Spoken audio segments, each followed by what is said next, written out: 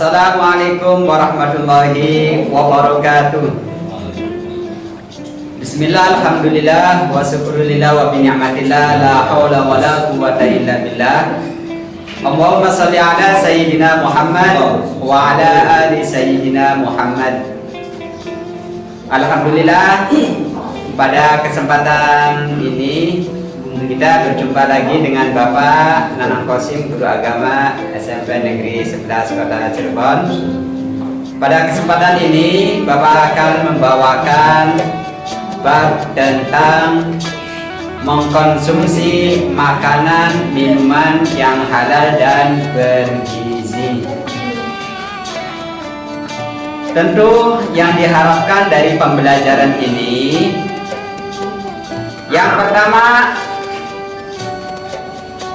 agar kalian semua, khususnya siswa-siswi SMP Negeri 11, terbiasa mengkonsumsi makanan yang halal dan bergizi. Yang kedua, mengamalkan isi kandungan Quran Surat An-Nahl ayat 114. Selanjutnya, yang ketiga, yakni menghafalkan ayat dan arti dari Quran Surat An-Nahl ayat 114. Anak-anakku semua, setiap hari kita beraktivitas. Dalam aktivitas tersebut, sebagai makhluk hidup, tentu kita membutuhkan konsumsi makanan ataupun asupan makanan untuk menunjang aktivitas kita, baik itu aktivitasnya yang dilakukan di rumah, di sekolah, maupun di lingkungan sekitar kita. Semuanya itu membutuhkan energi, dan energi itu diperoleh dari asupan makanan yang kita konsumsi setiap harinya. Dalam mengkonsumsi makanan, hendaknya kita memilah dan memilih makanan yang halal dan juga bergizi. Hal ini Allah Subhanahu wa Ta'ala menegaskan kepada kita semua, sebagai orang Islam wajib untuk mengkonsumsi makanan yang halal dan bergizi. Sebagaimana Allah menegaskan di dalam Quran Surat An-Nahl ayat 114. Mari kita baca sama-sama ayatnya. Bila perlu kalian ambil Al-Quran, buka Quran Surat An-Nahl, kita sama-sama untuk membacakan ayat tersebut agar bacaan Al-Quran kita semakin bagus, semakin baik sesuai dengan ilmu tajwidnya. Sudah siap anak-anak untuk melantunkan Quran Surat An-Nahl ayat 114? Kita sama-sama untuk membacanya. Dimulai dari ta'awud, bismillah, dan juga ayatnya. Siap? A'udzu billahi minasy syaithanir rajim. Bismillahirrahmanirrahim. Fakulu mimma razaqakumullahu halalan thayyiban washkuru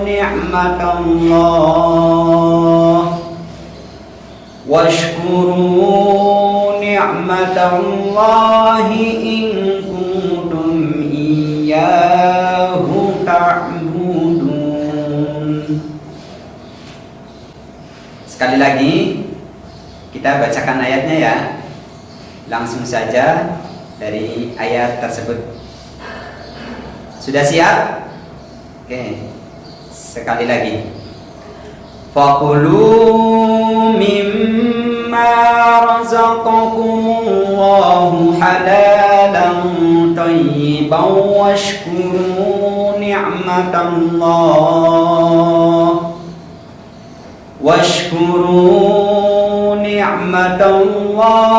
in kuntum iyyahu ta'budun.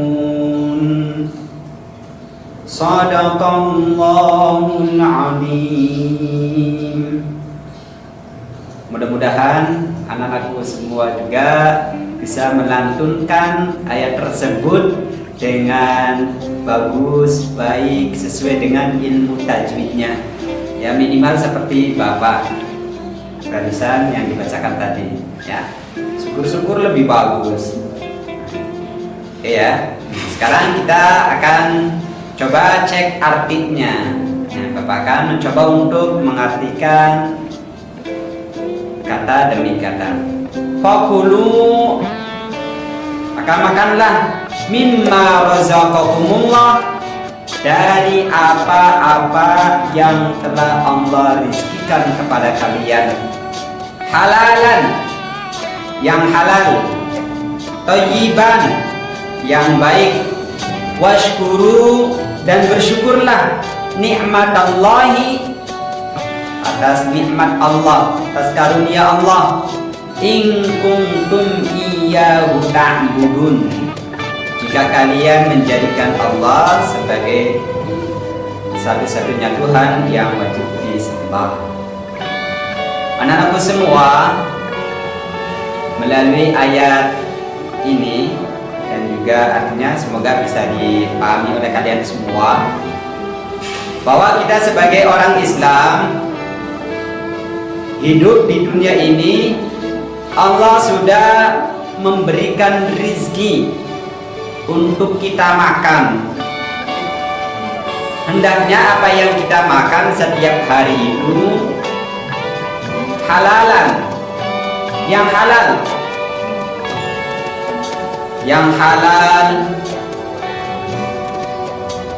contoh makanan yang halal itu banyak.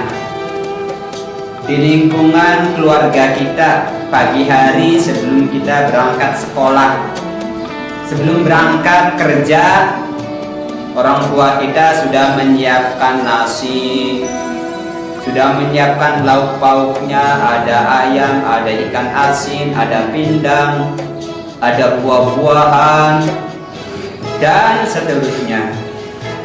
Itu merupakan contoh makanan yang halal.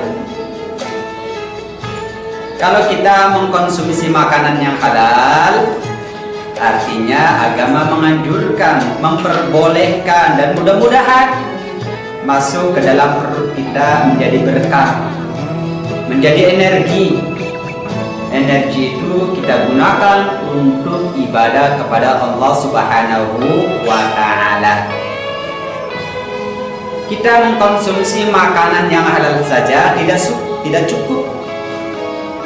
Maka kita pun harus, selain halal, harus thayyib, harus baik, harus bergizi. Mungkin ada di antara kita atau lingkungan kita ada orang yang mengkonsumsi makanan halal tapi tidak thayyib. Apa contohnya? Contoh makanan yang sudah basi, ya, buah-buahan yang sudah basi itu halal untuk dimakan. Tapi apakah itu bergizi? Apakah itu membuat tubuh kita, badan kita menjadi sehat? Kalau kita lihat kebanyakan orang yang mengkonsumsi makanan yang basi, yang istilahnya kadaluarsa, ya, maka itu akan membawa mudarat bagi tubuh kita. Setelah mengkonsumsi makanan yang tidak thayyib itu, yang tadi Bapak sebutkan, maka tiba-tiba perutnya sakit, tiba-tiba lambungnya sakit, tiba-tiba tenggorokannya terasa panas dan lain sebagainya. Itu menandakan makanan yang tidak thayyib, yang tidak baik. Maka agama menganjurkan kepada kita semua orang Islam untuk mengkonsumsi makanan yang halalan thayyiban, mengkonsumsi makanan yang halal dan baik. Anak-anak semua, kita akan coba untuk memahami dari Quran Surat An-Nahl ayat 114 ini agar bisa diterapkan dalam kehidupan sehari-hari dan diharapkan bisa menjadi kebiasaan di dalam hidup kita. Kita cek dulu arti secara keseluruhan. Arti dari Quran Surat An-Nahl ayat 114, maka makanlah yang halal lagi baik dari rizki yang telah diberikan Allah kepadamu, dan syukurilah nikmat Allah jika hanya kepadanya saja menyembah. Itu arti secara keseluruhan. Kalau kita sudah melihat artinya, mudah-mudahan bisa dipahami oleh anak-anak semua, sehingga bisa mengambil hikmah ataupun isi kandungan yang ada di dalam Quran surat tersebut. Kita cek satu demi satu hikmah yang bisa kita ambil atau isi kandungannya. Isi kandungan Quran surat An-Nahl ayat 114. Yang pertama, Allah Subhanahu wa Ta'ala menjamin rizki seseorang atau rizki hambanya. Bicara keseluruhan dulu, nanti Bapak akan menerangkan satu demi satu.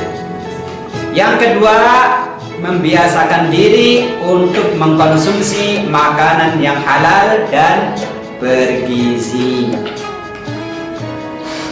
Yang ketiga, senantiasa bersyukur atas segala nikmat Allah. Selanjutnya, menjadikan Allah Subhanahu wa Ta'ala sebagai satu-satunya Tuhan yang wajib disembah. Itu arti secara isi kandungan secara keseluruhan. Nah, kita akan bahas satu demi satu isi kandungan ataupun hikmah yang ada di dalamnya secara detail. Ya, coba kalian perhatikan slide yang putih berikut ini ya. Di situ ada potongan ayat. Itu kalian sudah bisa menebak ayat itu berkaitan tentang apa. Bapak yakin kalian sudah bisa menebaknya karena di situ ada kata kunci ya. Inna hada larizquna ma lahu min nafad. Oke, langsung saja kita hikmah yang pertama dari Quran surat An-Nahl ya. Allah Subhanahu wa Ta'ala telah menjamin rizki seseorang ataupun telah menjamin rizki hambanya. Makhluk yang ada di dunia ini semuanya rizkinya sudah dijamin oleh Allah Subhanahu wa Ta'ala. Allah menegaskan di dalam Quran surat As-Swad ayat 54, sebagaimana ayatnya berbunyi, Inna hada la rizquna ma lahu min nafad. Sesungguhnya inilah benar-benar rizki dari Allah Subhanahu wa Ta'ala yang tidak akan pernah habis-habisnya. Maka kita sebagai makhluk ciptaan Allah, jangan khawatir tentang rizki yang akan kita peroleh, yang akan kita dapatkan, terutama untuk memenuhi kebutuhan hidup kita. Karena Allah Subhanahu wa Ta'ala sudah menjamin rizki hambanya, sudah menjamin rizki makhluknya. Tinggal bagaimana kita mengikhtiarkan agar rizki yang kita peroleh itu sedikit atau banyaknya tergantung kita. Bila mana kita menginginkan rizki yang banyak, yang melimpah, tentu usaha dan ikhtiar kita pun harus lebih keras, harus lebih semangat untuk menjemput rezeki, supaya rezeki yang kita dapatkan setiap hari semakin bertambah, semakin hari semakin berlimpah, dan juga mudah-mudahan rezeki yang kita peroleh pun menjadi berkah. Karena dengan keberkahan itu maka diharapkan kita bisa menggunakan energi yang dilakukan oleh kita untuk mendekatkan diri kepada Allah Subhanahu wa Ta'ala. Contohnya, untuk memperoleh energi itu kita membutuhkan asupan makanan seperti slide. Makanan itu bisa didapat dari nasi, dari lauk pauk, dan seterusnya. Karena Allah sudah menjamin rezeki, terutama kebutuhan yang kita butuhkan untuk diri kita. Yang kedua, hikmah yang bisa kita ambil dari Quran surat An-Nahl, ayatnya seperti berikut ini. Coba kira-kira tebak ya. Langsung saja, membiasakan diri untuk mengkonsumsi makanan yang halal dan bergizi. Ini sebagaimana yang ditegaskan di dalam Quran surat An-Nahl ayat 114. Fakulu mimma razaqakumullahu halalan thayyiban. Fakulu, makanlah mimma razaqakumullah, dari apa-apa yang telah Allah rizkikan kepada kalian, halalan, yang halal, yang diperbolehkan oleh agama. Kita harus membiasakan diri untuk mengkonsumsi makanan yang halal tersebut setiap hari. Contoh makanan yang halal itu banyak. Ada nasi, ada ikan ayam, ada buah-buahan, ada kacang-kacangan, ataupun minuman, diantaranya adalah susu, dan juga minuman-minuman yang kita sukai, jus dan seterusnya. Itu merupakan makanan yang halal bila mana didapatkannya dengan cara yang halal. Bila mana didapatkannya dengan cara yang diperbolehkan menurut agama. Misalnya kita membeli nasi untuk sarapan, itu halal ya.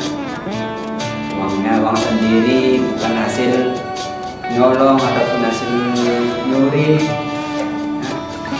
Uang sendiri dari orang tua membeli nasi untuk sarapan, maka sarapan tersebut, nasi tersebut halal untuk kita makan.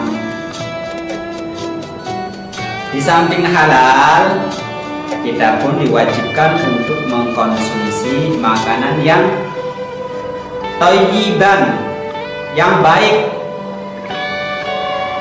atau bergizi. Karena dengan makanan yang baik, bergizi, membuat tubuh kita menjadi sehat. Agama memadukan keduanya. Fakulu mimma razaqakumullahu halalan thayyiban. Makanlah makanan yang halal dan baik. Harus ada kedua-duanya, jangan sampai salah satunya ditinggalkan. Bila mana salah satu ditinggalkan, maka akan berakibat pada tubuh kita, berakibat pada perilaku kita. Contoh, ketika ada seorang anak yang oleh bapaknya diberi asupan makanan yang tidak halal,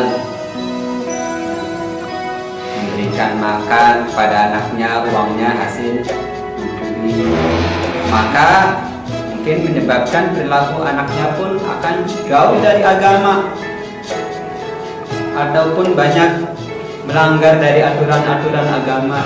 Jangan sampai orang tua menginginkan anaknya itu lebih baik dari dia.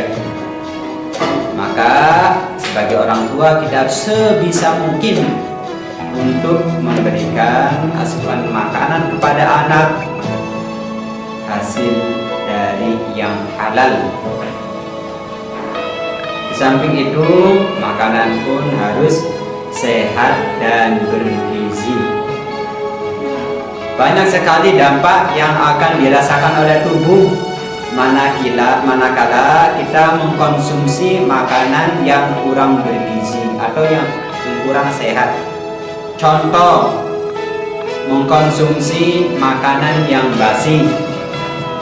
Dampak yang dirasakan oleh tubuh, sakit perut, lambung terasa nyeri, tenggorokan terasa gatal dan seterusnya. Itu lantaran makan yang tidak bergizi, lantaran makan yang tidak sehat. Yang tidak bergizi mungkin menyebabkan lapar dan seterusnya, dan menimbulkan penyakit-penyakit yang lain. Hindarilah makanan-makanan yang berbahaya. Hindarilah makanan-makanan yang membawa mudarat bagi kita. Terlebih lagi kalau kita melihat perkembangan makanan yang sekarang banyak sekali instan. Nah, dalam makanan instan itu mengandung bahan kimia. Usahakan hindari makanan yang mengandung bahan kimia, karena bahan kimia tidak bisa diurai di dalam tubuh kita. Kalau kita mengkonsumsi terus, maka akan menumpuk. Dari menumpuk itu maka akan menyebabkan penyakit-penyakit yang lain. Jangan sampai. Contoh di sini ada beberapa orang yang sedang menunjukkan makanan yang sehat dan juga bergizi. Di situ ada contohnya, seseorang sedang memperlihatkan ayam panggang. Kira-kira enak nggak ayam panggang? Nikmat dong, ya. Selain nikmat, ya, ayamnya pun halal, dimakannya pun lezat. Malah kalau bapak pengen nambah lagi nasinya. Ya, tentu kalian juga sama ya, ada yang menyukai ayam panggang juga.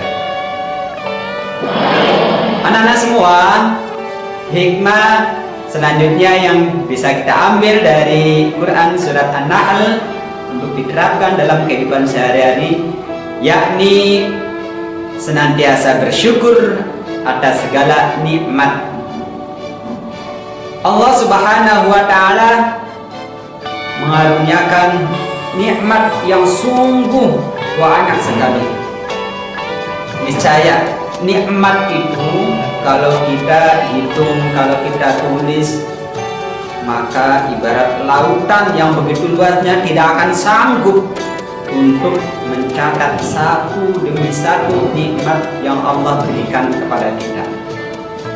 Coba kalian perhatikan, bangun tidur nikmatnya seperti apa, nikmatnya mata seperti apa untuk melihat, nikmatnya mulut seperti apa untuk mengunyah makanan, merasakan lezat, merasakan nikmatnya makanan, nikmatnya tangan seperti apa untuk memegang sesuatu, nikmatnya kaki seperti apa untuk melangkah.